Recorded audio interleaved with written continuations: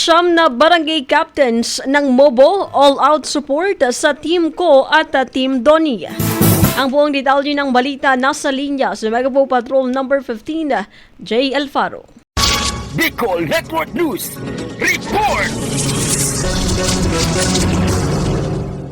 Lahat ng 29 na punong barangay sa bayan ng Mobo, Masbate ay nagkaisa upang ipahayag ang suporta para sa Team Ko Talisik at Team Dune para sa nalalapit na 2025 national and local elections. Sa nasabing pagtitipon, pinuri ni Governor Antonio Co si Mayor Raimundo Duni Salvacion dahil sa kanyang mahusay na pamumuno, partikular sa matagumpay na implementasyon ng mga proyektong pang-infrastruktura. Kasabay nito, inanunsyo ni Governor Co ang kanyang plano na gawing tuloy-tuloy ang biyahe ng mga tricycle papasok at palabas ng Masbate City sa ilalim ng pamamahala ni Attorney Araco na kanyang sinusuportahan bilang kandidato para sa City Mayor. Samantala, sa kanyang talumpati, binigyang diin ni Mayor Dune ang kahalagahan ng katapatan sa serbisyo at pinasalamatan ang mga barangay officials sa kanilang suporta. Dumalo rin sa pagtitipon sina Vice Mayor JP Lim, mga miyembro ng Sangguniang Bayan at iba pang aspirante sa lokal na posisyon kabilang sina Attorney Richard Co, Dr. Elisa Olga Co, Fernando Talisik at 3rd District Board Member Aspirant Ansbert Tatabubo Sun. Ang pagtitipon ay nagsilbing simbolo ng pagkakaisa ng mga lider ng Mobo para sa layunin ng mas maunlad na bayan at probinsya ng Masbate. Para sa Bicol Network News, Megawaw Patrol numero 15, J.